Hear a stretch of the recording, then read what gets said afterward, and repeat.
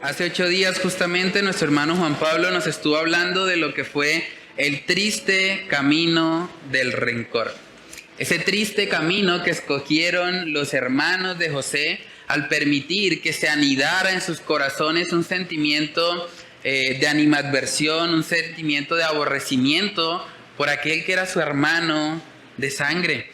Y vemos que el aborrecimiento fue tal que incluso llegaron a pensar en matarlo. Imagínense eso, toda una tragedia familiar. Hermanos de sangre maquinando cómo quitarle la vida a uno de sus hermanos. Hermanos, eso es lo que el rencor puede llegar a producir en nuestra vida. Pero veíamos algo interesante ahí, es como dos personajes se opusieron a la idea de matar a José. Uno de ellos fue Rubén y el otro fue Judá. Y es interesante porque Rubén era el primogénito de sangre y Judá, en últimas, era el heredero de la promesa. Y desde ahí vemos que había una diferencia entre ambos. Rubén se enfocó simplemente en que no mataran a José de forma sangrienta. Él más bien propuso, tírenlo a la cisterna y bueno, ahí se quedará y se morirá si nadie llega a rescatarlo. En cambio, Judá vemos que sí intercedió por su hermano José y dijo, no, él es de mi carne, él es parte de nuestra sangre, no podemos matarlo. Dice ahí en Génesis 37, versos del 26 al 27, dice, entonces Judá dijo a sus hermanos, ¿qué provecho hay en que matemos a nuestro hermano y encubramos su muerte? Venid y vendámosle a los ismaelitas, y no sea nuestra mano sobre él, porque él es nuestro hermano, nuestra propia carne. Y sus hermanos convinieron con él. Es interesante porque Judá aquí está tipificando lo que miles de años después iba a ser nuestro Señor Jesucristo. Nuestro Señor Jesucristo vino a interceder y a salvar a personas que merecían la muerte, como éramos nosotros. No solamente la muerte física, la muerte eterna. Y Cristo vino a ser nuestro intercesor, vino a clamar para que nosotros podamos ser salvos. Entonces aquí vemos un poco de cómo ya se empieza a perfilar el carácter de Judá como el heredero de la promesa. No obstante, hermanos, a pesar de que vemos algo de virtud en este pasaje de Judá, vemos que realmente él tenía un carácter mucho menos rencoroso que el de sus hermanos, un carácter mucho más compasivo, misericordioso. A pesar de eso, vamos a ver que tristemente Judá, al igual que todo el linaje también de nuestro Señor Jesucristo, tuvo que lidiar con el pecado. Y Judá, a pesar de ser el heredero de la promesa, fue una persona que se comportó de manera hipócrita. Y vamos a verlo, Génesis capítulo 38, versículos del 1 al 11. Vamos a ver hoy lo que son las consecuencias de la hipocresía. Las consecuencias de la hipocresía. Génesis 38, versos del 1 al 11, dice ahí, aconteció en aquel tiempo que Judá se apartó de sus hermanos y se fue a un varón adulamita que se llamaba Hira. Y vio allí Judá la hija de un hombre cananeo, el cual se llamaba Súa, y la tomó y se llegó a ella. Y ella concibió y dio a luz un hijo y llamó su nombre Concibió otra vez y dio a luz un hijo y llamó su nombre Onán. Y volvió a concebir y dio a luz un hijo y llamó su nombre Sela. Y estaba en Kesib cuando lo dio a luz. Después Judá tomó mujer para su primogénito la cual se llamaba Tamar. Y el primogénito de Judá, fue malo ante los ojos de Jehová, y le quitó Jehová la vida. Entonces Judá dijo a Onán, llégate a la mujer de tu hermano, y despósate con ella, y levanta descendencia a tu hermano. Y sabiendo Onán que la descendencia no había de ser suya, sucedía que cuando se llegaba la mujer de su hermano, vertía en tierra, por no dar descendencia a su hermano. Y desagradó en ojos de Jehová lo que hacía, y a él también le quitó la vida.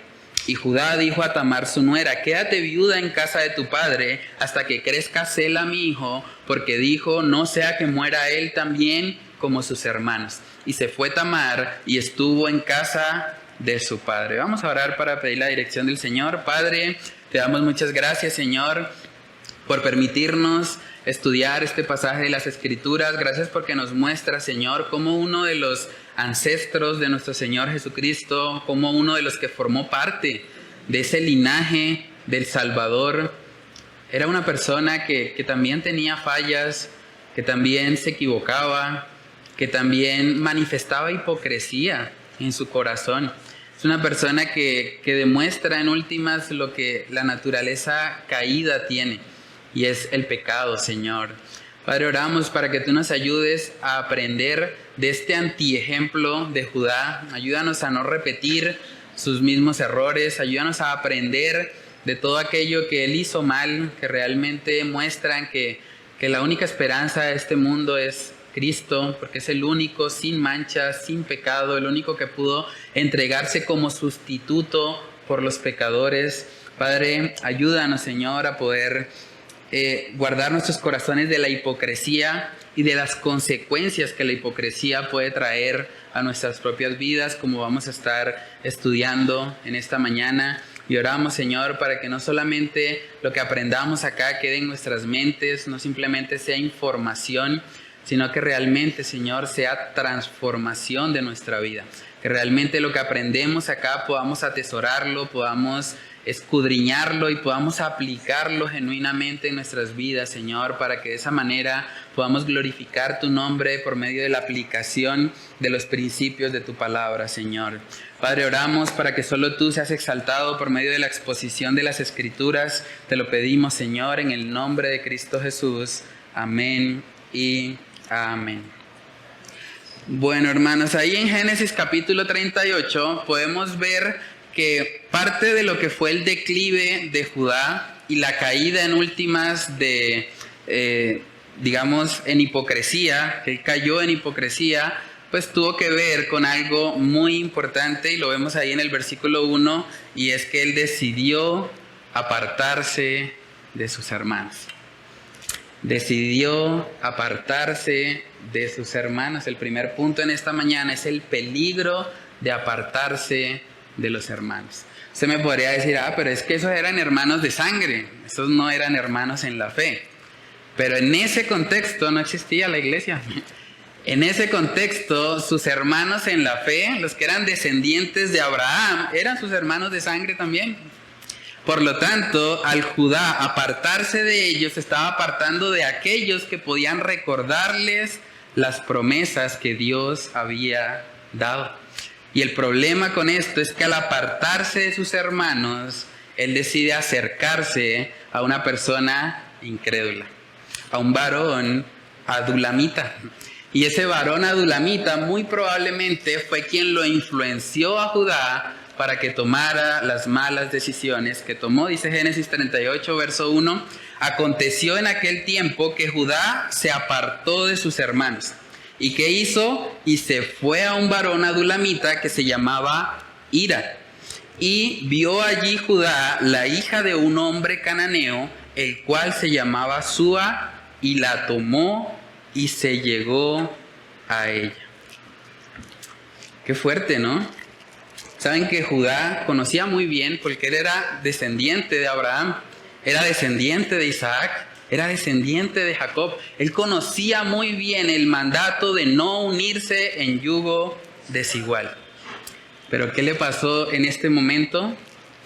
Se aisló. Se aisló de sus hermanos, de aquellos que podían recordarle la importancia de buscar una persona que fuese creyente, que fuese de la misma tribu de Israel, y se juntó con alguien impío.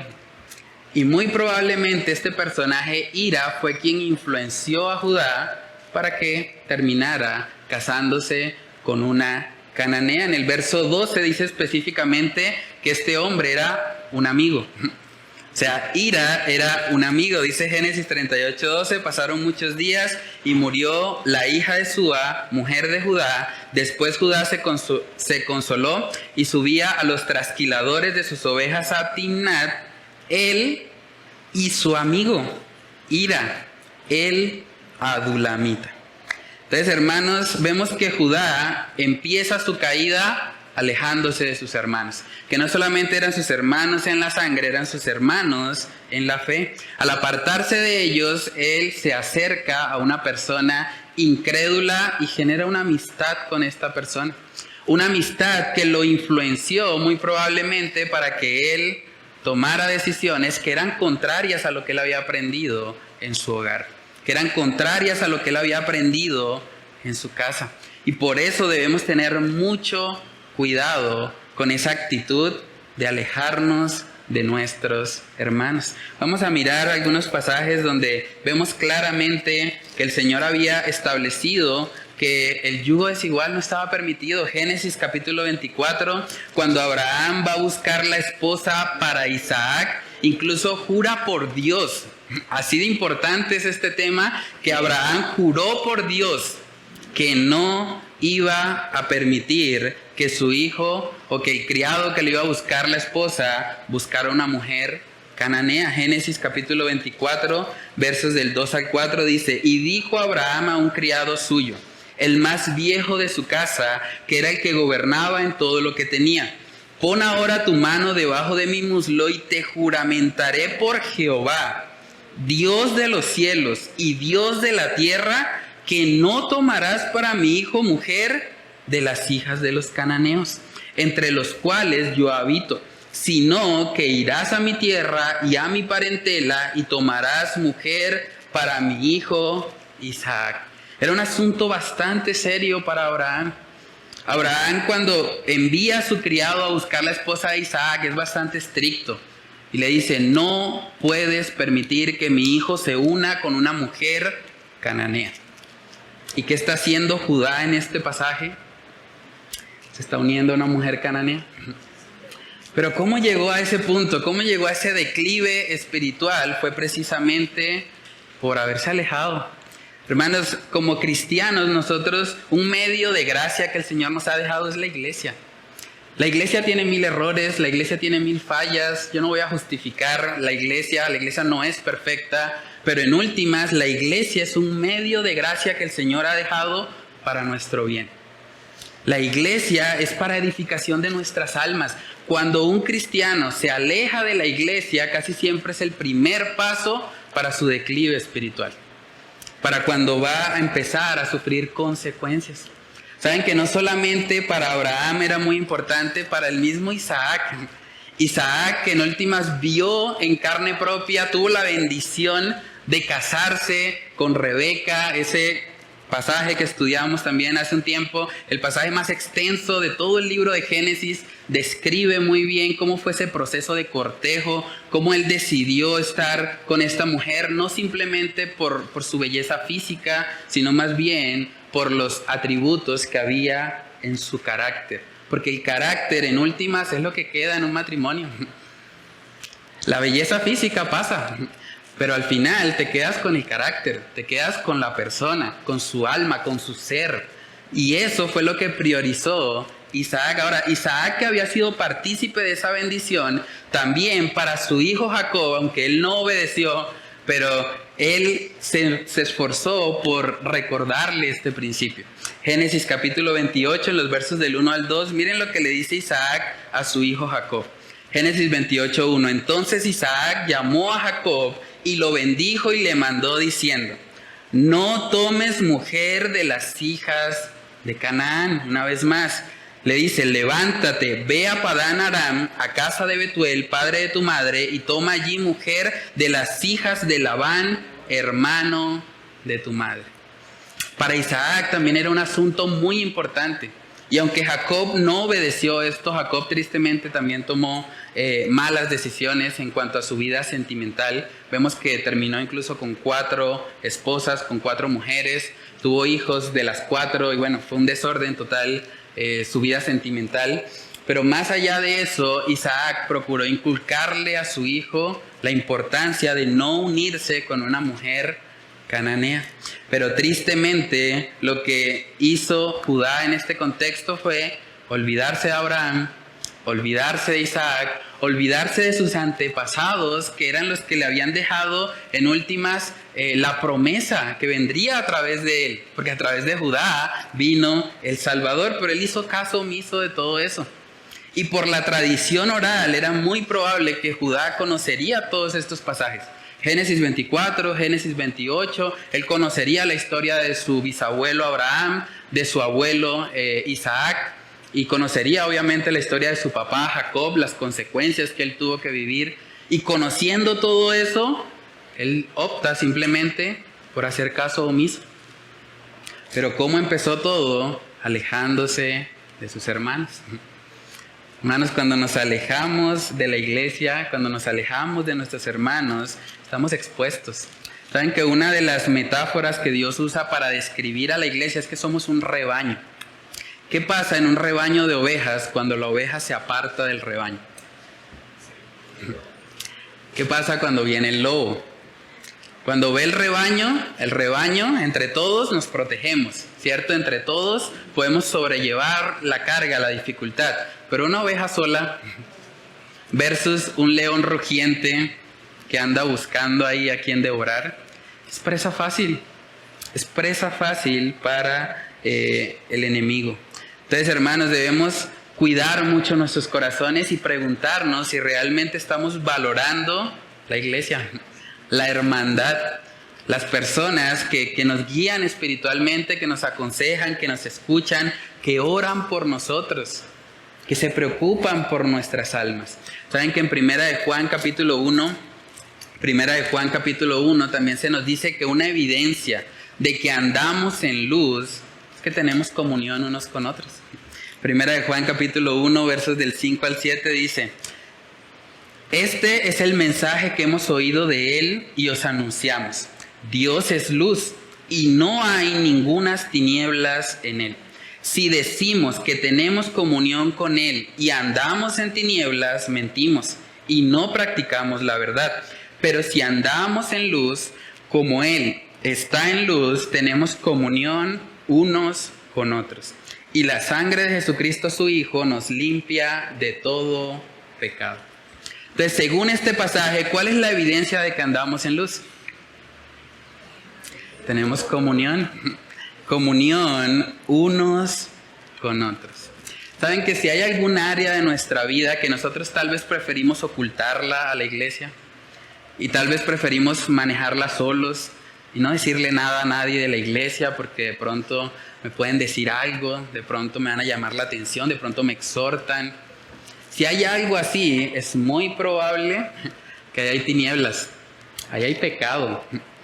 Porque Dios es luz y nos llama a andar en luz, a andar en comunión unos con otros. Y yo lo he visto, hermanos, cualquier cantidad de veces. Yo llevo más de 9 años acá en la iglesia y me he dado cuenta, casi que el primer paso para que una persona empiece a apostatar de su fe o empiece a apartarse del cristianismo que antes profesaba, es precisamente distanciarse de la iglesia. Entonces empiezan a salir las excusas de, bueno, hay algo en la iglesia que no me gustó, no vuelvo. Y luego no vuelvo, pero entonces empiezo a hablar con una adulamita, con una persona incrédula, con una persona del mundo. Y empiezo a darle la razón, sí, es verdad, lo que él me está diciendo es como cierto, eso en la iglesia que hace uno metido allá en esas 4 paredes. Y empiezan a argumentarse, y llega el punto en que terminan incluso rechazando el cristianismo que antes profesaba. Entonces es muy delicado. Nosotros debemos valorar la iglesia a pesar de sus fallas y a pesar de sus errores y esforzarnos por tener comunión. Esto requiere intencionalidad. Si nosotros no somos intencionales en tener comunión, simplemente vamos a tener compañía. Venimos aquí, estamos en el culto, salimos rápido, nos vamos, no hablamos con nadie y ahí no hay comunión. Ahí hubo compañía tal vez, estuvimos sentados al lado el uno del otro. Pero es interesante porque cuando miramos el libro de Hebreos que dice no dejando de congregarnos como algunos tienen por costumbre, la palabra congregar en el idioma original no es simplemente asistir. Asistir lo puede hacer casi que cualquier persona, hasta un incrédulo. Pero congregar implica la comunión. Implica que yo no simplemente voy a venir a recibir, sino que voy a venir también a dar. Voy a venir a hablar con mi hermano, a preguntarle cómo estuvo su día, cómo estuvo su semana, cómo le puedo ayudar. Y es importante cultivar eso, porque de eso se trata la comunión. Dice la palabra que nosotros como iglesia debemos sobrellevar los unos las cargas de los otros. Pero ¿cómo vamos a sobrellevar las cargas si no las conocemos? Si no hablamos, si no aprovechamos los espacios que la iglesia provee precisamente para tener esa comunión. En Juan capítulo 3 también nos muestra la palabra que una de las evidencias de que alguien está en tinieblas es precisamente que aborrece la luz. Juan capítulo 3 verso 20 dice ahí: porque todo el que hace lo malo aborrece la luz y no viene a la luz para que sus obras no sean reprendidas. Mas el que practica la verdad viene a la luz para que sea manifiesto que sus obras son hechas en Dios. Saben que esto que le está pasando a Judá también es una lucha muy común en las iglesias, en los jóvenes, en prácticamente todas las personas que forman parte de una congregación. Es algo que también he podido ver a lo largo del tiempo. Muchos jóvenes que servían en la iglesia, que estaban involucrados, que estaban haciendo muchas cosas, de repente apareció una chica en su vida. O de repente apareció un chico en la vida de una chica. Y el resultado es que de ahí en adelante, distanciamiento de la iglesia, distanciamiento del servicio, distanciamiento de todo lo que el Señor ha dicho que un cristiano debe hacer. Y es lamentable porque se supone que si alguien decide entrar en una relación sentimental, debería ser para potenciar su vida espiritual, para que de ahí en adelante estén los dos glorificando al Señor más de lo que lo hacían individualmente. Pero tristemente, muchas veces el inicio de una relación sentimental se convierte en el declive espiritual de una persona. Y eso, tristemente, fue lo que le pasó a Judá. Judá decidió ignorar todos los ejemplos que tenía en su casa y simplemente fue y se unió con una cananea, probablemente influenciado por este varón adulamita, y el resultado de aquí en adelante es que Judá empieza a tropezar y a sufrir muchas consecuencias sobre su vida espiritual. Hermanos, la Biblia nos dice en Jeremías capítulo 17, yo creo que este es un texto también que puede ayudarnos mucho. Jeremías capítulo 17, versículos del 9 al 10, dice ahí la palabra: engañoso es el corazón más que todas las cosas, y perverso, ¿quién lo conocerá? Yo Jehová, que escudriño la mente, que pruebo el corazón, para dar a cada uno según su camino, según el fruto de sus obras. Tratemos de pensar por un momento en esto. Si usted tiene que tomar una decisión muy importante para su vida y le dicen que su consejero principal, el que le va a ayudar a tomar esa decisión, tiene como características que es engañoso y perverso, ¿usted le haría caso? Eso es lo que está diciendo Jeremías, que es nuestro corazón. Entonces, un cristiano aislado de la iglesia que toma decisiones de manera autosuficiente, que no consulta a nadie, que no pide consejo, ¿qué tipo de decisiones puede tomar? Si su principal consejero es su corazón engañoso y perverso. ¿Qué decisiones puede llegar a tomar un cristiano aislado de sus hermanos en la fe, aislado de la iglesia? Saben que los pecados más escandalosos que vemos en las Escrituras generalmente han sucedido cuando los hombres de Dios han estado solos. ¿Cómo fue el pecado de David? ¿Lo recuerdan? Se quedó solo. Cuando los reyes debían salir a la guerra, él decidió aislarse. No, yo para qué voy a ir por allá, que vayan los otros. Ya yo tengo mucha experiencia. Y estando solo, fue tentado y cayó en el pecado. Es una realidad. Nosotros como cristianos no somos capaces de vivir la vida cristiana solos. Y si lo intentamos, vamos a fallar. No lo intenten, le estoy advirtiendo de antemano. Si usted intenta hacer eso, el resultado va a ser siempre fatal. Porque no podemos. El Señor nos ha creado, nos ha salvado y nos ha unido, como cantábamos en la última canción, a un pueblo, a una familia espiritual. Y nos necesitamos los unos a los otros. Incluso dice en 1 Corintios 12 que aún los miembros menos honrosos son los más necesarios. Aún las personas que tal vez nos parece que, no sé, tal vez no están haciendo mucho en la iglesia, esas personas son necesarias en la iglesia. Todos tienen un lugar y tienen un aporte significativo al cuerpo de Cristo. Proverbios capítulo 13 también nos recuerda la importancia de las influencias en nuestra vida. Proverbios capítulo 13, en el versículo 20, vemos que dice ahí la palabra: el que anda con sabios, sabio será, mas el que se junta con necios será quebrantado. Esto fue lo que le pasó a Judá. Decidió juntarse con una persona incrédula y decidió apartarse de sus hermanos, que a pesar de sus pecados eran las personas más sabias que estaban a su alcance. Entonces, hermanos, debemos tener mucho cuidado con apartarnos de la comunión. No simplemente de apartarnos de la asistencia a la iglesia. Usted puede asistir a la iglesia y no tener comunión. Pero debemos examinarnos si realmente estamos siendo intencionales por crecer en esa comunión unos con otros. Entonces, a manera de aplicación en este primer punto, pregúntate, a manera de reflexión, ¿cómo está tu comunión con la iglesia? ¿Cómo está tu comunión con tus hermanos en la fe? ¿Has permitido tal vez que se anide algo de rencor en tu corazón en contra de alguien? Y de pronto estás pensando, no, yo mejor no voy a la iglesia porque allá está el hermano Juan Pablo que me cae mal. O allá está el hermano Henry que siempre me mira como raro. Entonces yo mejor no voy por allá. ¿Has permitido que cosas insignificantes te priven del privilegio que es tener una familia espiritual? Tener hermanos en la fe que te puedan ayudar, que te puedan guiar. Nótese que no estoy preguntando simplemente por la asistencia a los cultos.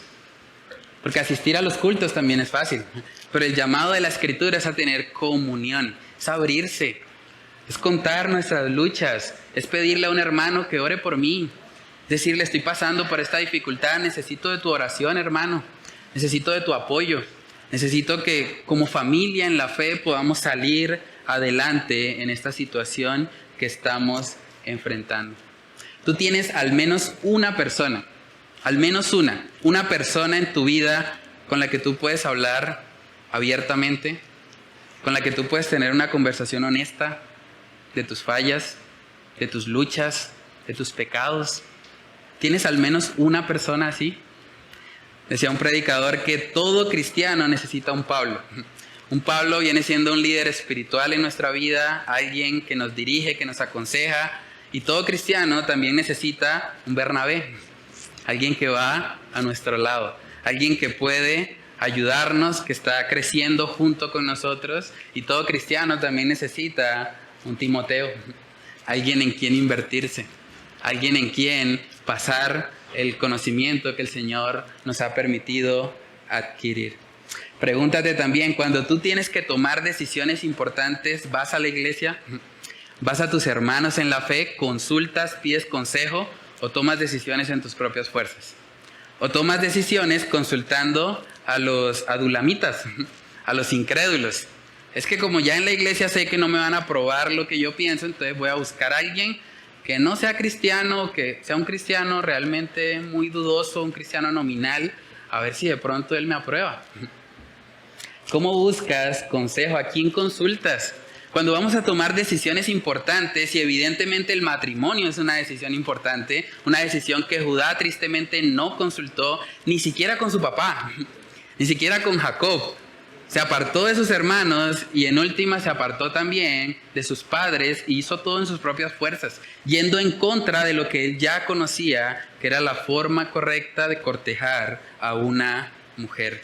Entonces tú buscas consejo en tus hermanos, buscas consejo en los líderes de la iglesia, en el pastor, en quienes te rodean, en hermanos maduros en la fe. También pregúntate, ¿cómo manejas tu vida sentimental? El problema de Judá es que probablemente la vio, y dice el texto que él la vio y la tomó. O sea, él no se tomó el tiempo de preguntar quiénes eran sus padres, no pagó una dote por ella, no, fue algo netamente emocional. La vio, la tomó y listo, se llegó a ella y le hizo 3 hijos en poco tiempo, según lo que vemos acá. Y es lamentable, uno dice, ¿cómo un hombre que es el heredero de la promesa, que es ancestro de nuestro Señor Jesucristo, se está comportando así? pero es lo que pasa cuando una persona está aislada de sus hermanos en la fe. Está aislada de aquellos que pudiesen protegerlo. Entonces pregúntate, ¿cómo manejas tu vida sentimental? ¿Eres autosuficiente como Judá, alejándote de tus hermanos para así poder hacer lo que quieras sin que nadie te diga nada? ¿Por eso te alejas? ¿O te acercas más bien en humildad, reconociendo que aunque no te guste lo que tus hermanos te van a decir, tus hermanos han sido una autoridad puesta por Dios para tu bien? ¿Eres consciente de eso? Hermanos, la caída de Judá empezó precisamente con esa mala decisión de apartarse de sus hermanos y acercarse a personas incrédulas. Si seguimos leyendo, vemos que esto lo llevó a unirse rápidamente con esta mujer, hija de Súa. No sabemos el nombre de ella, pero sí sabemos que le concibió 3 hijos, dice Génesis 38, verso 3. Y ella concibió y dio a luz un hijo y llamó su nombre Er. Concibió otra vez y dio a luz un hijo y llamó su nombre Onán. Y volvió a concebir y dio a luz un hijo y llamó su nombre Sela. Y estaba en Kesib cuando lo dio a luz.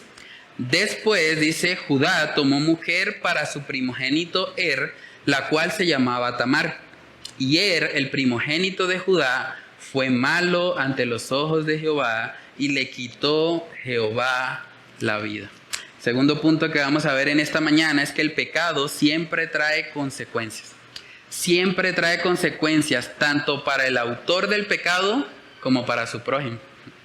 Esto es una realidad. Lo estudiamos cuando hablamos de la generación de Esaú. El pecado no solamente afectó a Esaú. El pecado afecta a todas las áreas, a todas las personas, a todo el prójimo de aquel que peca. Yo creo que Judá tal vez estaría pensando, bueno, pues ya me quité de encima a estos hermanos míos que son tan fastidiosos, tan legalistas, siempre hablando de que no me una con las cananeas. Y ahora sí, mire, rapidito tuve 3 hijos y ahora estoy viviendo la vida que tanto quería vivir. Y tal vez pensando que se había salido con la suya, en realidad lo que Judá va a enfrentar aquí es consecuencias. Consecuencias terribles para su vida.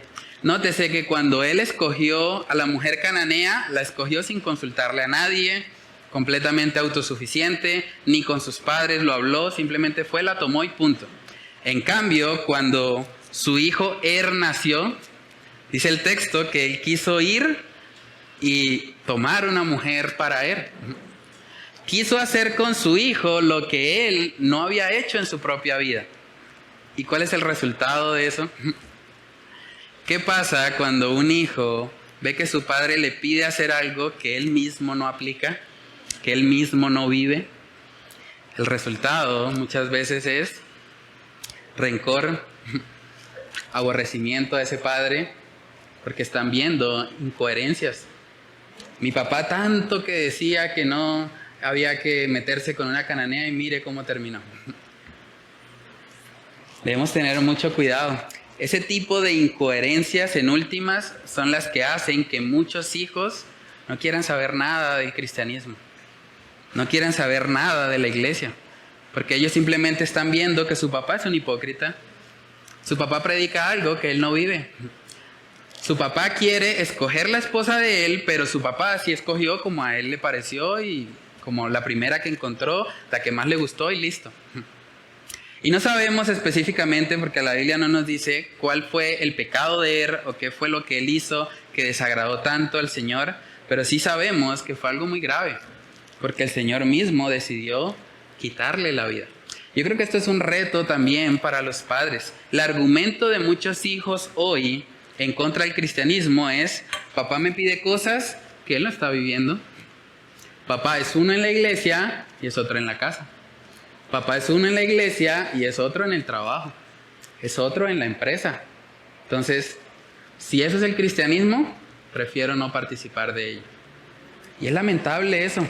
Y es un reto. Saben que según algunas estadísticas en Estados Unidos, se estima que el 28%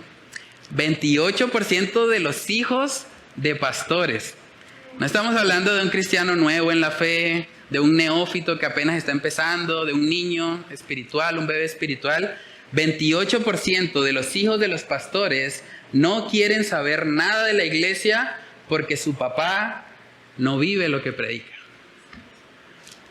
28%. La imagen que tienen estos hijos de pastores es que papá es un hipócrita. Y eso es lamentable. Y eso es un reto también, porque como padres tenemos la responsabilidad de, a pesar de nuestras fallas, ser coherentes en lo que predicamos. Y si fallamos, hablarle, pedirle perdón a nuestros hijos en humildad. Hijo, me equivoqué. Hijo, yo no soy el estándar a seguir, es Cristo. Pon la mirada en Él. Te pido perdón por darte un mal ejemplo. Pero es importante que los hijos puedan ver eso en los papás. Y saben que hay otra estadística también de los hijos de pastores. Cerca del 18% no quiere saber nada de la iglesia porque sus miembros, los miembros de la iglesia a la que asisten, no viven lo que predican. No solamente es un problema de su papá, es un problema de la membresía donde ellos están. Y es lamentable, y obviamente eso no los justifica. Ellos no van a poder ir delante de Dios y decir: Señor, yo no creí en ti porque en la iglesia eran hipócritas. Eso no es una excusa válida, pero sí es algo que debe llevarnos a reflexionar como padres, incluso como hermanos en la fe, como creyentes. Estamos siendo observados. A veces no somos conscientes de eso. Las nuevas generaciones, esos niños que van allá a la escuela bíblica, esos niños nos están viendo.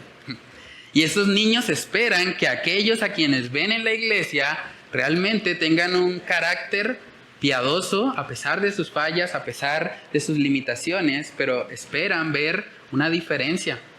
Y si ellos ven hipocresía en nosotros, el resultado va a ser que muy probablemente terminen apartándose del cristianismo. Deuteronomio capítulo 6, versos del 4 al 9. Deuteronomio capítulo 6, versos del 4 al 9, vemos el mandato de Dios para los padres. Y nótese cómo el Señor hace énfasis en que primero las palabras deben estar en el corazón del papá.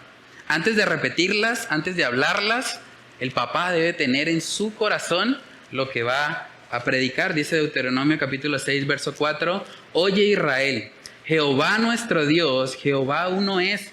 Y amarás a Jehová tu Dios de todo tu corazón y de toda tu alma y con todas tus fuerzas.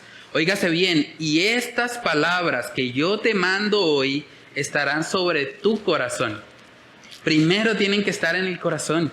Verso 7, y las repetirás a tus hijos y hablarás de ellas estando en tu casa y andando por el camino y al acostarte y cuando te levantes. Y las atarás como una señal en tu mano y estarán como frontales en tus ojos. Y las escribirás en los postes de tu casa,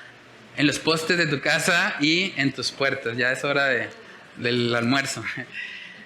Entonces sí, ahí podemos ver realmente cómo este mandato está enfocado primeramente en el corazón de los padres. La palabra tiene que morar abundantemente en el corazón de papá, para que cuando papá hable, su hijo pueda ver que realmente no está simplemente echando carreta. No está simplemente hablando cosas que él no vive. Está hablando desde el corazón. Y es el llamado de Dios para los padres. No sabemos específicamente qué haya pasado en la vida de este joven Él tenía un padre hipócrita, tenía una mujer cananea, no tenía muy buenas influencias realmente en su vida, pero en últimas, él era responsable por lo que había hecho. Y aunque la Biblia no nos muestra específicamente qué fue lo que hizo, sí nos dice muy claramente que fue alguien malo. Dice ahí en Génesis 38, en el verso 7, y el primogénito de Judá, fue malo ante los ojos de Jehová, y le quitó Jehová la vida. Cuando miramos pasajes así podemos pensar, eso es como muy duro, ¿no? ¿Cómo así de que Dios le quitó la vida? Si simplemente era una víctima de la familia terrible que le tocó. Pero Dios no le quitó la vida al papá, no le quitó la vida a la mamá, le quitó la vida a él. Y eso sabemos que fue un acto de completa justicia. ¿Cómo lo sabemos? La Biblia nos lo dice. Romanos capítulo 6, verso 23. Este es un texto muy conocido. Romanos 6, 23 dice: porque la paga del pecado es muerte, mas la dádiva de Dios es vida eterna en Cristo Jesús, Señor nuestro. Lo que recibió no fue un castigo desproporcionado. No fue como que Dios dijera, este me sacó la piedra y pum, voy ahora sí a darle duro, a quitarle la vida. No fue eso. Lo que recibió fue justicia. Porque él era malo ante los ojos de Jehová. Ahora, no solamente él era malo ante los ojos de Jehová. Nosotros, cada persona que vive o que ha vivido en esta tierra, ha sido una persona mala ante los ojos de Jehová. No nos gusta a veces pensar mucho en eso, pero es una realidad, somos malos. Lo que nosotros merecemos es lo mismo que él. Merecemos la muerte. Si estamos hoy aquí, si estamos respirando, si estamos escuchando este mensaje, solo por gracia. Es solo porque Dios decidió no darnos lo que merecemos. Pero todos nosotros hemos sido malos. A este mundo le gusta mucho consolarse a veces con la falsa idea de que son buenas personas. Y uno ve a veces la gente diciendo cosas como, bueno, en últimas, crea en el Dios que crea, eso no importa, lo importante es que usted sea buena persona. Y mucha gente dice, hay ateos que son muy buenas personas y son mejores personas que los cristianos. Y como que ellos se consuelan con esa idea pensando, bueno, pues yo no soy tan malo, pero su estándar de bondad es el estándar propio. Es el estándar del corazón engañoso y perverso que vimos en Jeremías 17. Por eso ellos se creen buenos cuando realmente no lo son. Porque según el estándar de Dios, según los 10 mandamientos, todos hemos pecado y todos estamos destituidos de la gloria de Dios. No hay justo ni aun uno, no hay nadie que haga lo bueno, no hay ni siquiera uno. No hay. Todos hemos sido malos ante los ojos de Jehová, dice en Santiago capítulo 2, ese es un texto también que nos ayuda mucho en el evangelismo cuando estamos hablando con personas que se creen buenas. Santiago capítulo 2, verso 10 dice, porque cualquiera que guardare toda la ley, pero ofendiere en un punto, se hace culpable de todos. Porque el que dijo, no cometerás adulterio, también ha dicho, no matarás. Ahora bien, si no cometes adulterio, pero matas, ya te has hecho transgresor de la ley. Santiago nos está mostrando aquí, no se trata de clasificar pecados. Tal vez usted puede pensar, bueno, yo nunca le he sido infiel a mi esposa, pero has mentido. Y el mismo que dijo que no le seas infiel a tu esposa es el mismo que ha dicho, no mentirás. Por lo tanto, has transgredido la ley que el mismo Dios ha dado.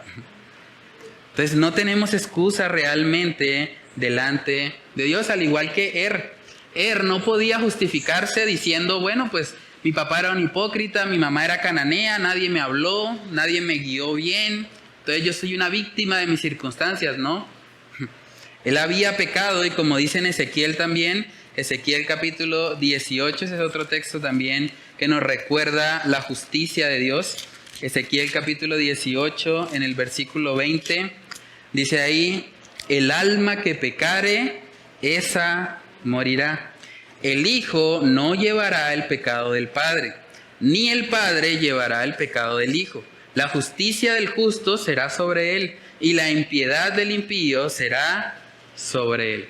Entonces, no podía justificarse en el pecado de sus padres. Había sido culpable y como alma que había pecado, tuvo que morir. Tuvo que recibir la consecuencia justa de lo que él había hecho. De la misma manera, hermanos, tú y yo somos responsables de nuestro pecado delante de Dios. No podemos culpar a nuestra familia, no podemos culpar a la sociedad. Ese famoso dicho de que el hombre nace bueno y la sociedad lo corrompe es mentiras. Es una falacia. Realmente el hombre nace malo y por eso es que la sociedad está corrupta. Porque la sociedad no es algo abstracto, la sociedad está compuesta de personas y esas personas son malas y son las que traen la corrupción a nuestra sociedad. Entonces, hermanos, el pecado trae consecuencias. Consecuencias para nosotros, consecuencias para quienes nos rodean. En últimas, tuvo que sufrir consecuencias del pecado de su papá. Proverbios capítulo 19, ahí podemos ver cómo el pecado permea realmente todas las áreas de nuestra vida. Proverbios 19, verso 26, dice ahí la palabra del Señor, el que roba a su padre y ahuyenta a su madre es hijo que causa vergüenza y acarrea oprobio. Aquí lo vemos una vez más. El pecado del hijo está trayendo consecuencias a su padre y a su madre.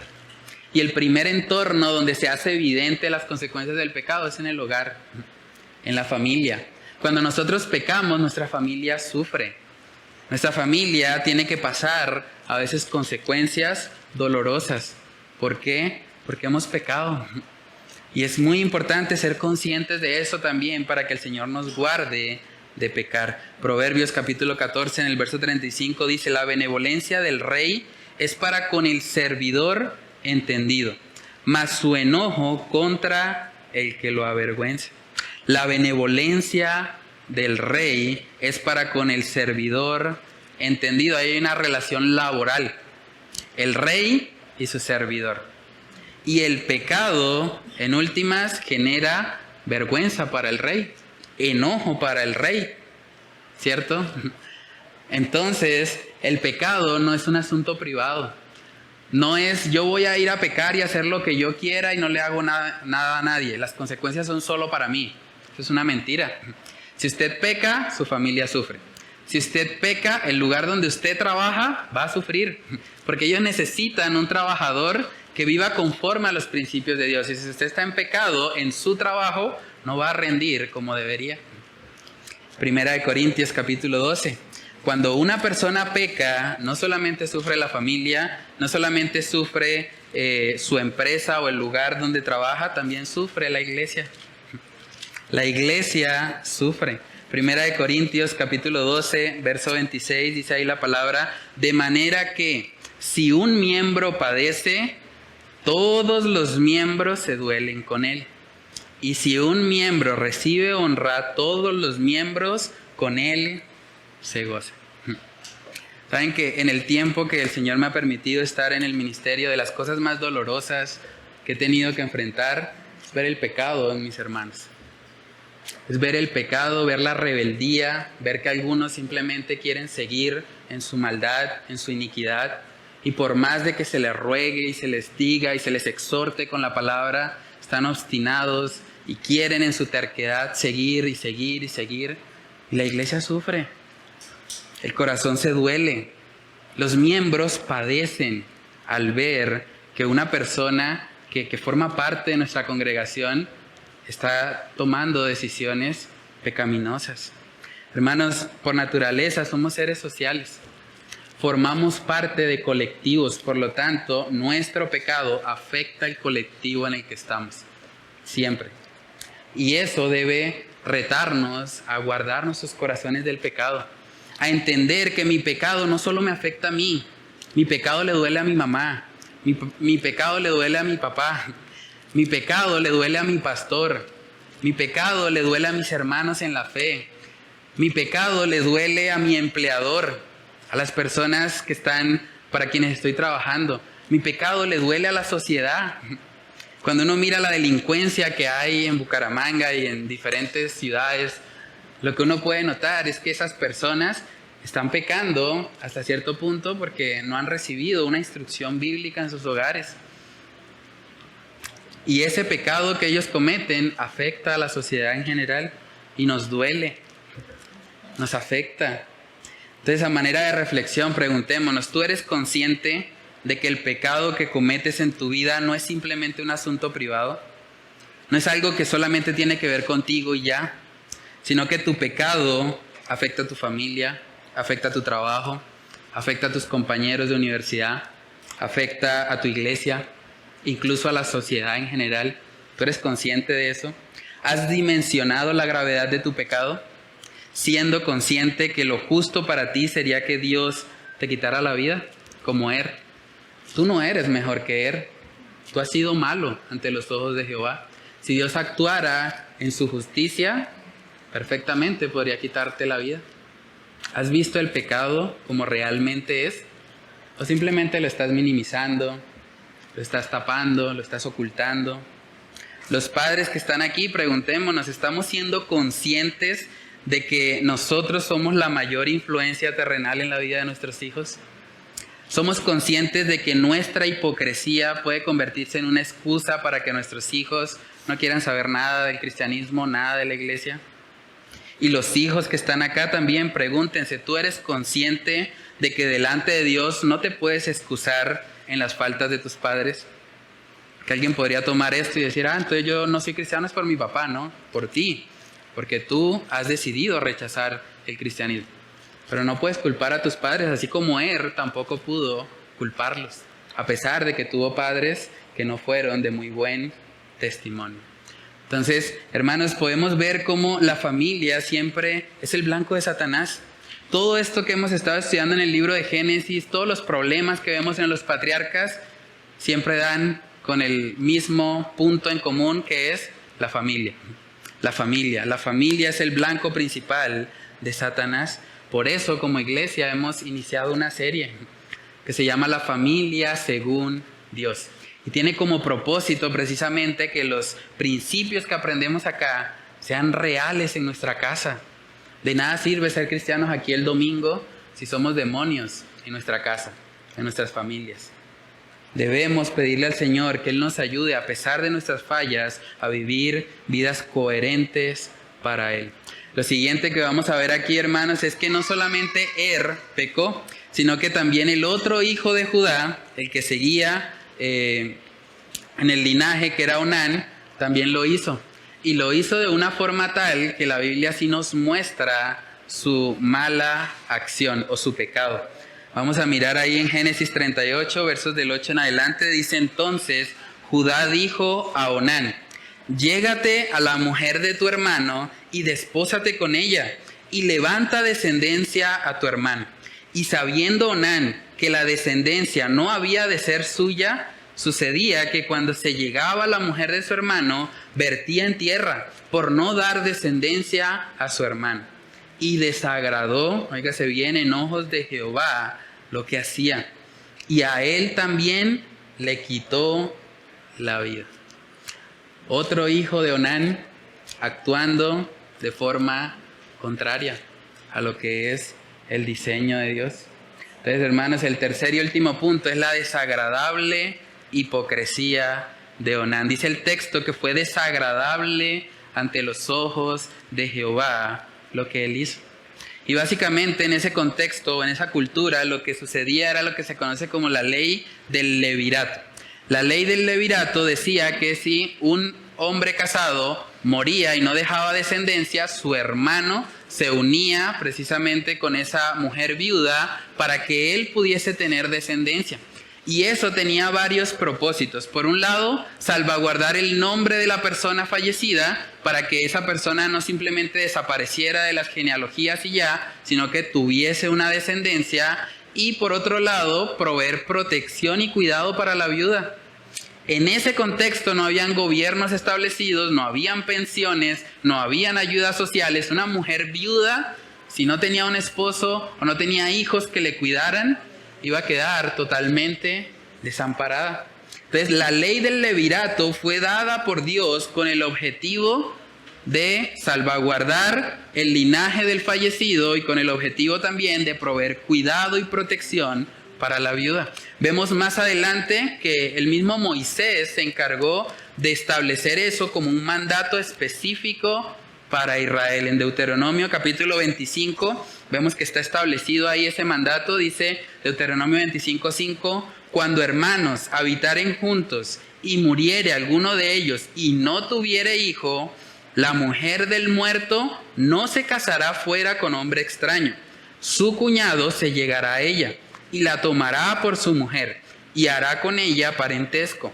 Y el primogénito que ella diere a luz sucederá en el nombre de su hermano muerto, para que el nombre de éste no sea borrado de Israel. Y si el hombre no quisiere tomar a su cuñada, irá entonces su cuñada a la puerta a los ancianos y dirá, mi cuñado no quiere suscitar nombre en Israel a su hermano, no quiere emparentar conmigo. Entonces los ancianos de aquella ciudad lo harán venir y hablarán con él.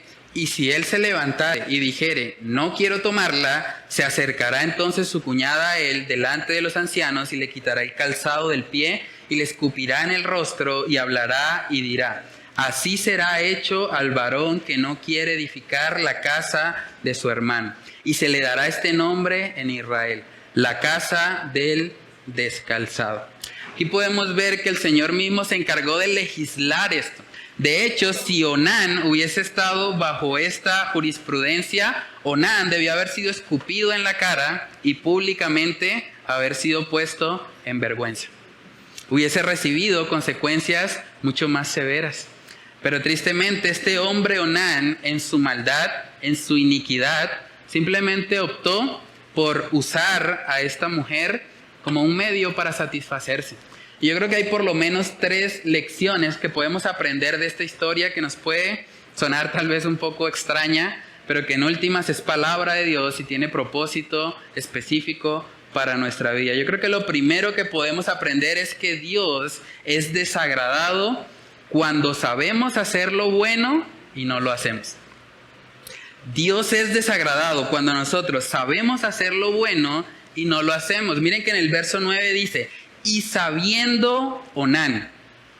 No era ignorancia, él sabía lo que estaba haciendo. Y sabiendo Onán que la descendencia no había de ser suya, probablemente él estaba pensando, bueno, era el primogénito, a él le correspondía inicialmente la herencia. Si yo le doy un hijo a Tamar, entonces ese hijo será el heredero. En cambio, si decimos, si engañamos, si hacemos un plan para que parezca que es que ella es estéril, pues el siguiente en la primogenitura sería yo, porque soy el segundo. Entonces, esa herencia viene para mí. Probablemente Onán estuviese maquinando eso, porque dice el texto que él sabía que la descendencia no había de ser suya. Entonces, era ahí cuando él vertía en tierra para no dar descendencia a su hermano. Yo creo que el primer principio es ese. Dios es desagradado cuando sabemos hacer lo bueno y no lo hacemos. Hay un texto que nos muestra específicamente eso en el libro de Santiago. Santiago capítulo 4, en el versículo 17, dice ahí: y al que sabe hacer lo bueno y no lo hace, le es pecado. Al que sabe hacer lo bueno, el que sabe lo que debe hacer como Onán y no lo hace, le es pecado. Dios es desagradado cuando usted, que sabe qué es lo que debe hacer, decide simplemente no hacerlo. ¿Saben que yo creo que ese es el problema más grande del mundo cristiano en general? En el mundo cristiano conocemos mucho acerca de las verdades bíblicas. Conocemos qué es lo que el Señor demanda de nosotros. Ese no es el problema. De hecho, yo creo que sabemos mucho más de lo que aplicamos. Y la consecuencia muchas veces es que Dios es desagradado cuando aquellos que saben hacer lo bueno, al igual que Onán, deciden simplemente no hacerlo. O hacer una obediencia a medias. No, pues realmente si Dios dice que no me debo unir en yugo desigual, pues entonces llevo a la iglesia a la que me interesa y digo que es cristiana. Ya, problema solucionado, ¿cierto? Una obediencia a medias, una obediencia parcial que no es más que desobediencia. ¿Cuántos de los que estamos acá sabemos que es bueno orar? Alcen la mano. Sabemos que es bueno orar, ¿cierto? ¿Cuántos de los que están acá sabemos que es bueno leer la palabra de Dios? Todos, ¿cierto? ¿Cuántos de los que están acá sabemos que es bueno ayunar? ¿Cuántos de los que están acá sabemos que es bueno congregarse más allá del domingo? ¿Cuántos de los que están acá sabemos que es bueno salir a evangelizar en las misiones urbanas? Ahí está. El problema no es que no sepamos. El problema es que sabemos hacer lo bueno y muchas veces no lo hacemos. Muchas veces somos semejantes a Onán en eso. Entonces vienen las excusas, vienen los problemas. Es que, pastor, usted no sabe lo que está pasando en mi casa. Yo no puedo ir a las misiones urbanas. A mí no me da el tiempo. Yo estoy ocupado. Yo tengo un cumpleaños. Yo tengo una fiesta familiar muy importante. Y bueno, cada uno sabrá cuáles son sus razones. Pero lo importante realmente es examinar nuestros corazones. Dios también es desagradado, ese es el segundo principio. Dios es desagradado cuando una mujer es usada simplemente como un objeto sexual. Dios es desagradado cuando una mujer es usada simplemente como un objeto sexual.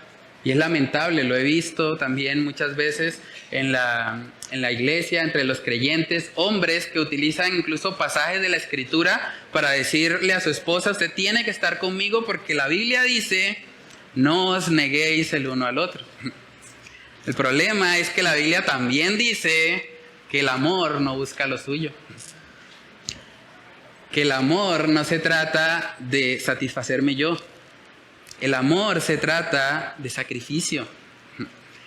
Entonces, lejos de ir a exigirle a mi esposa que simplemente tiene que estar conmigo porque yo lo digo, porque la Biblia lo dice, y manipularla en eso, realmente yo debo tener un carácter comprensivo, un carácter amoroso, un carácter paciente. Y si hacemos eso, el resultado muchas veces es disposición de la esposa en la intimidad. Lo que Onán está haciendo aquí era desagradable también delante de Dios porque la estaba usando a Tamar como un objeto sexual, simplemente para su propio placer. Y en últimas la estaba engañando porque ella se estaba acostando con él con la expectativa y la esperanza de que iba a venir una descendencia. ¿Y qué hacía él? Vertía en tierra. No le importaba cómo ella se sintiera. Imagínense cómo se podía sentir Tamar después de tener una relación sexual con un hombre que en últimas estaba usándola, la estaba tratando como un objeto. Yo creo que ella se debió haber sentido devastada.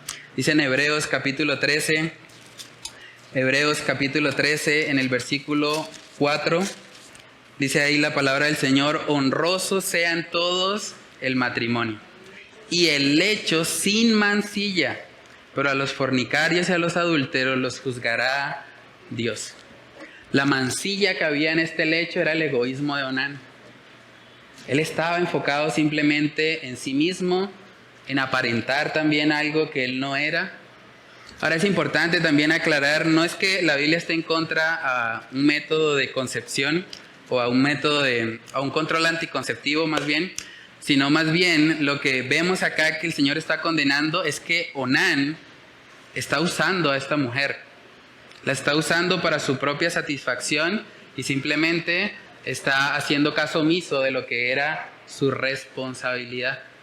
La Biblia no está en contra de este control, digámoslo así, natal, pero lo que sí está en contra es la forma como Onán está usando a esta mujer simplemente para autosatisfacerse.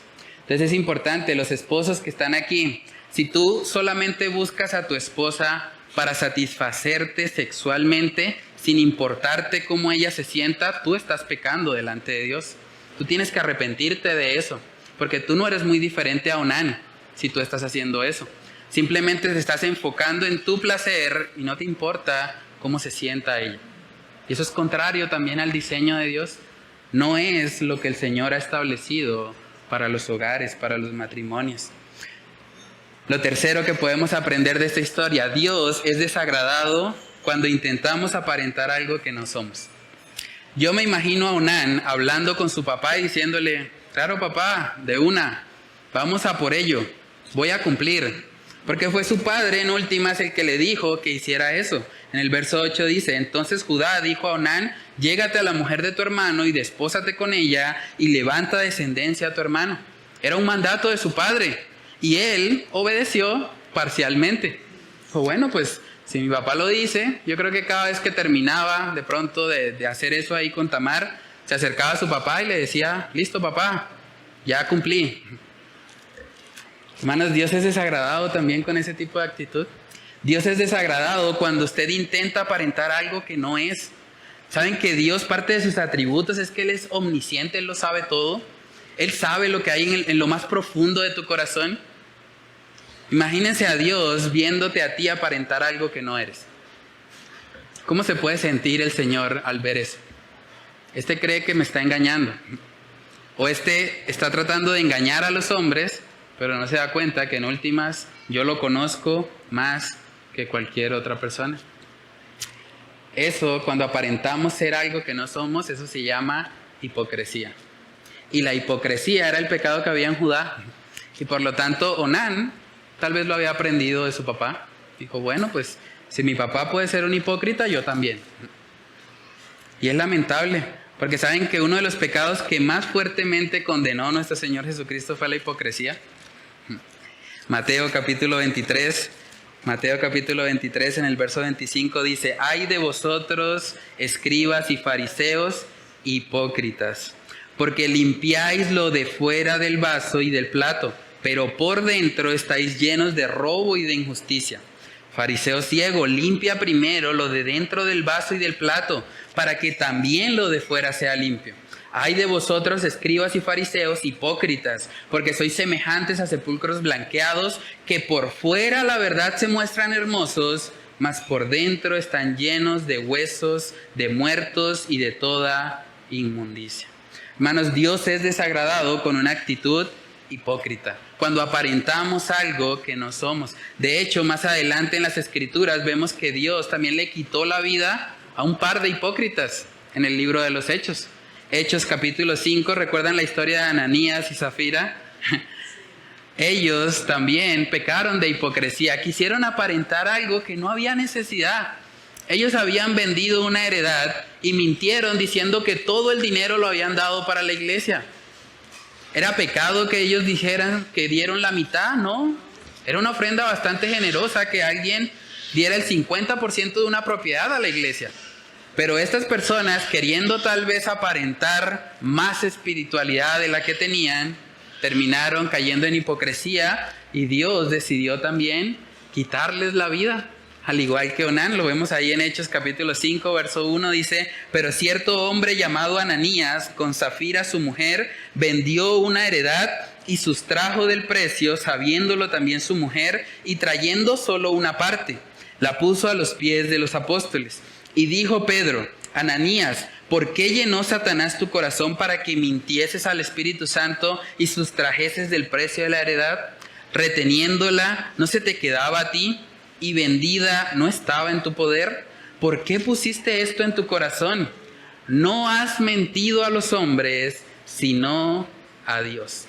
Al oír Ananías estas palabras, cayó y expiró. Y vino un gran temor sobre todos los que lo oyeron.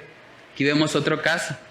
Dos personas queriendo aparentar piedad, el Señor decide quitarles la vida. Yo creo que Onán probablemente le mentía a su papá, a la misma Tamar le podía estar mintiendo. Ahora sí ya vamos a tener esa descendencia, esta vez sí. Y simplemente estaba jugando con eso. Y fue algo que llegó a ser tan desagradable a los ojos de Dios, que simplemente Dios le quitó la vida, al igual que a su hermano Er. Entonces, a manera de aplicación, pregúntate, ¿tú estás aparentando piedad delante de los hombres? ¿Estás aparentando ser más espiritual de lo que realmente eres? ¿Estás tratando de hacerle creer a otros que tú obedeces a Dios en todo, cuando tú sabes que en realidad no es así? Cuando tú sabes que lo estás deshonrando en secreto, como Onán. Porque lo que Onán está haciendo aquí es un pecado secreto y se está aprovechando hasta cierto punto de la vulnerabilidad de una mujer que muy probablemente no diría nada, o si dijo algo en algún momento, su testimonio iba a ser menospreciado. Onán está sacando provecho de su posición. ¿Tú has creído la mentira de que la mujer existe simplemente para satisfacer tus deseos sexuales? ¿Tú usas a la mujer simplemente para eso? Y es una pregunta que no solamente aplica para los casados, también para los solteros. Hay muchos solteros que tienen en su mente la idea de que cuando se casen, su mujer va a estar siempre disponible para ellos, que todo el tiempo ellos van a poder tener satisfacción sexual. Pero eso tampoco es lo que vemos en la Escritura. Debemos tener claro que la mujer no es un objeto sexual, la mujer es un tesoro. Son coherederas de la gracia. Es el vaso frágil que Dios nos ha dado para cuidar, para proteger, para instruir, para lavar por medio de la palabra. Una mujer, una esposa, es un regalo de Dios, es una benevolencia de Jehová. No simplemente es un objeto para autosatisfacerte. La siguiente pregunta, ¿te estás esforzando por vivir lo que ya sabes? ¿Te estás esforzando por vivir lo que ya sabes que es bueno? ¿O simplemente estás siendo negligente en tu caminar cristiano. Estás haciéndote oídos sordos. Cuando dicen, hay misiones urbanas en la iglesia, ay no, eso como que no es conmigo. Hay ayuno en la iglesia, no, es que eso es para el pastor, que vaya el pastor al ayuno, sí, que ore por nosotros. ¿Te estás haciendo de oídos sordos a lo que el Señor te ha mandado hacer? Hermanos, es lamentable, mientras en Nigeria, como acabamos de ver, en Nigeria los cristianos son perseguidos por congregarse, por servir, porque están evangelizando. Aquí en Colombia, o por lo menos en Bucaramanga, parece que hay que perseguir a los cristianos para que se congreguen, perseguir a los cristianos para que sirvan, perseguir a los cristianos para que participen de las actividades, de lo que la iglesia organiza. Hemos invertido totalmente los roles. Y por eso este espacio que tuvimos hoy del Domingo de la Iglesia Perseguida tiene un llamado, una aplicación a nuestras vidas. Tenemos que despertar. No podemos seguir viviendo un cristianismo tibio. Hermanos, Cristo viene. Y nosotros como iglesia tenemos el llamado, tenemos una comisión que Él nos dejó. Imagínense ver al Señor cara a cara y decirle, Señor, no hice lo que tú me pediste hacer. Imagínense a Cristo, aquel que murió en nuestro lugar, aquel que recibió el castigo que nosotros merecíamos, escuchando simplemente que fuimos negligentes. Señor Jesús, tu palabra dice que vaya y haga discípulos, pero es que yo estaba muy ocupado, tú sabes que estaba montando una empresa y tú sabes que la empresa pide muchas cosas y la procuraduría y bueno, los papeles, la contaduría, la declaración de renta y no, Señor, eso no me dio tiempo. ¿Realmente vamos a excusarnos así delante de nuestro Señor? Hermanos, dice la palabra en Mateo capítulo 28, versos del 18 al 20. Ese es el famoso pasaje de la Gran Comisión. Dice ahí el Señor, y Jesús se acercó y les habló diciendo, óigase bien, toda potestad me es dada en el cielo y en la tierra. Por tanto, id y haced discípulos a todas las naciones, bautizándolos en el nombre del Padre y del Hijo y del Espíritu Santo, enseñándoles que guarden todas las cosas que os he mandado, y he aquí yo estoy con vosotros todos los días hasta el fin del mundo. Amén. Hermanos, esto no es una sugerencia. Esto no es un consejo que podemos decidir si lo aplicamos o no. Esto es un mandato. Es un mandato del mismo Señor Jesucristo, de aquel que vino a morir en nuestro lugar. Él nos está diciendo, toda potestad me es dada en el cielo y en la tierra, por tanto vayan. Por tanto vayan y hagan discípulos y prediquen este evangelio a otros. No se queden simplemente con este mensaje para ustedes mismos. Los he salvado para que, como cantábamos también al principio, anuncien a este mundo de tinieblas la luz admirable de Jesucristo. Es el único propósito para el cual el Señor simplemente nos tiene acá. Si Dios simplemente hubiese querido salvarnos y ya, inmediatamente creímos, nos hubiese llevado al momento de creer. Pero si nos ha dejado en esta tierra es porque tenemos un llamado. Y el llamado es ir. No es esperar a que la gente venga a la iglesia. El llamado es ir. Es movernos, es incomodarnos un poco, es tener la disposición de salir y anunciar a otros el mensaje de salvación. Hoy tenemos la oportunidad como iglesia de hacer eso. Hoy, al igual que todos los últimos domingos del mes, tenemos misiones urbanas. Vamos a estar yendo en horas de la tarde al Parque La Flora, un parque muy popular también de acá de nuestra ciudad de Bucaramanga. ¿Y qué vamos a hacer ahí? Obedecer esto. Ir a ser discípulos, predicarle el evangelio a las personas que estén allí y hablarles de que hay un Salvador, de que Cristo vino para pagar en la cruz del Calvario por sus pecados y que si ellos se arrepienten y ponen su fe en Él, ellos pueden ser nuestros hermanos, ellos pueden ser parte de nuestra familia espiritual.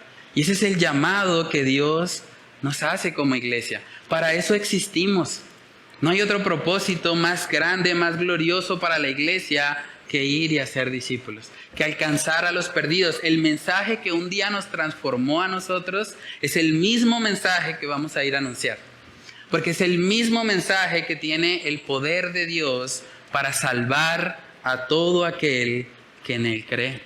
Dice ahí en Génesis 38, ya el último versículo, dice: y Judá dijo a Tamar su nuera: quédate viuda en casa de tu padre hasta que crezca Selá mi hijo, porque dijo: no sea que muera él también como sus hermanos. Y se fue Tamar y estuvo en casa de su padre.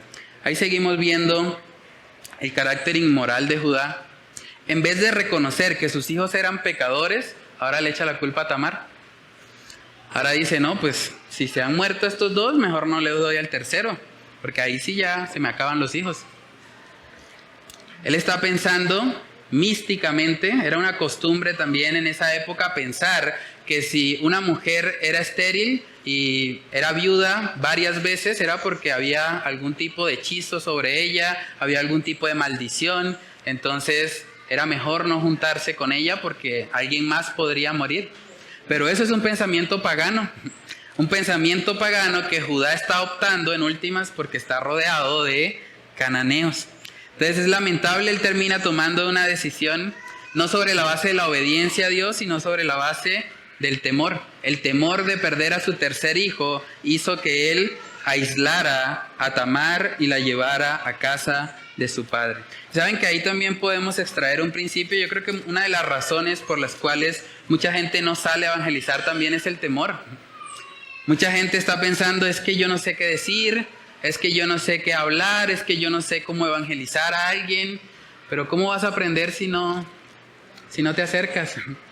Si no vienes a observar al menos cómo otros lo hacen. Si tú no tienes iniciativa, evidentemente no va a suceder. Pero si tú decides hoy aplicar la palabra, si tú decides ser obediente al llamado que Dios te está haciendo, de ser partícipe de esa misión urbana, de esa evangelización, de esa gran comisión que Cristo nos dejó, entonces tú vas a empezar a crecer. Y entonces en comunión con tus hermanos en la fe, vas a ir aprendiendo y vas a estar capacitado para que luego tú también puedas ir y predicar el evangelio a toda criatura. Dice 2 de Timoteo capítulo 1, con esto termino, 2 de Timoteo 1 verso 7, porque no nos ha dado Dios espíritu de cobardía, sino de poder, de amor y de dominio propio. Por tanto, no te avergüences de dar testimonio de nuestro Señor, ni de mí, preso suyo, sino participa de las aflicciones por el evangelio según el poder de Dios, quien nos salvó y llamó con llamamiento santo, no conforme a nuestras obras, sino según el propósito suyo, y la gracia que nos fue dada en Cristo Jesús antes de los tiempos de los siglos. No nos ha sido dado espíritu de cobardía. Esto no solamente aplica para Nigeria, esto no solamente aplica para África, eso aplica para los cristianos en Bucaramanga, Colombia, para los cristianos en San Alonso, para los cristianos que estamos acá, que podemos ir al mundo y predicar el evangelio de salvación. Entonces, iglesia, despertemos y permitamos que sea el Señor quien nos llene, que viendo el ejemplo de esta iglesia perseguida en África, seamos motivados también para ir y hacer lo que el Señor nos ha mandado hacer, que es proclamar el mensaje de salvación a toda criatura. Vamos a orar. Padre, te damos muchas gracias, Señor, por este tiempo. Gracias porque nos permites aprender acerca de el carácter de Judá, acerca de sus pecados, acerca de su hipocresía, acerca de cómo él decidió simplemente aislarse, alejarse de sus hermanos y tuvo que pasar por consecuencias muy fuertes, no solo él, sino sus hijos, su familia, quienes le rodeaban. Padre, ayúdanos, Señor, a no cometer esos mismos errores. Ayúdanos a entender la importancia de la iglesia, la importancia de nuestros hermanos en la fe, la importancia de estar rodeados de personas que pueden recordarnos las promesas que tú nos has hecho. Ayúdanos, Señor, a aprender de la vida también de los hijos de Judá. Ayúdanos a ver cómo tú eres un Dios santo, eres un Dios justo, eres un Dios que no tolera la maldad. Eres un Dios que no tendrá de ninguna manera por inocente al culpable. Gracias porque en Él podemos ver aplicada tu justicia, Gracias porque en Onán también podemos aprender, Señor, de aquello que a ti te desagrada. A ti te desagrada que sepamos hacer lo bueno y no lo hagamos. A ti te desagrada que usemos a una mujer como un objeto sexual. A ti te desagrada, Señor, que nosotros aparentemos obediencia cuando en realidad lo que hay detrás es simplemente pecado oculto. Padre, oramos para que tú nos ayudes a poder aprender lo que hemos estudiado. Ayúdanos a que no simplemente quede en nuestras mentes. Ayúdanos a que sea una realidad en nuestros corazones, en nuestras vidas prácticas. Que podamos crecer cada día, Señor, en obediencia a ti y en entendimiento, Señor, de que eres tú quien nos has salvado con un propósito. No nos has salvado para que calentemos una silla cada domingo. No nos has salvado simplemente para que escuchemos información y tengamos cabezas grandes. Tú nos has salvado para que seamos partícipes, para que activamente, Señor, proclamemos el mensaje de salvación a este mundo que no te conoce. Padre, oramos para que tú nos ayudes en esta tarde que vamos a estar yendo al Parque La Flora. Ayúdanos, Señor, a tener denuedo, a tener valentía, Señor, a no sentirnos intimidados si personas nos rechazan, si personas hablan mal acerca de nosotros y nos insultan. Padre, que aprendamos del testimonio de nuestros hermanos en Nigeria, de nuestros hermanos en África, y que podamos, Señor, aplicar realmente tu palabra, entendiendo que tú no nos has dado espíritu de cobardía, sino de poder, de amor y de dominio propio, Señor. Padre, oramos para que tú nos ayudes a vivir lo que hemos estudiado en esta mañana. Te lo pedimos, Señor, en el nombre de Cristo Jesús. Amén y amén.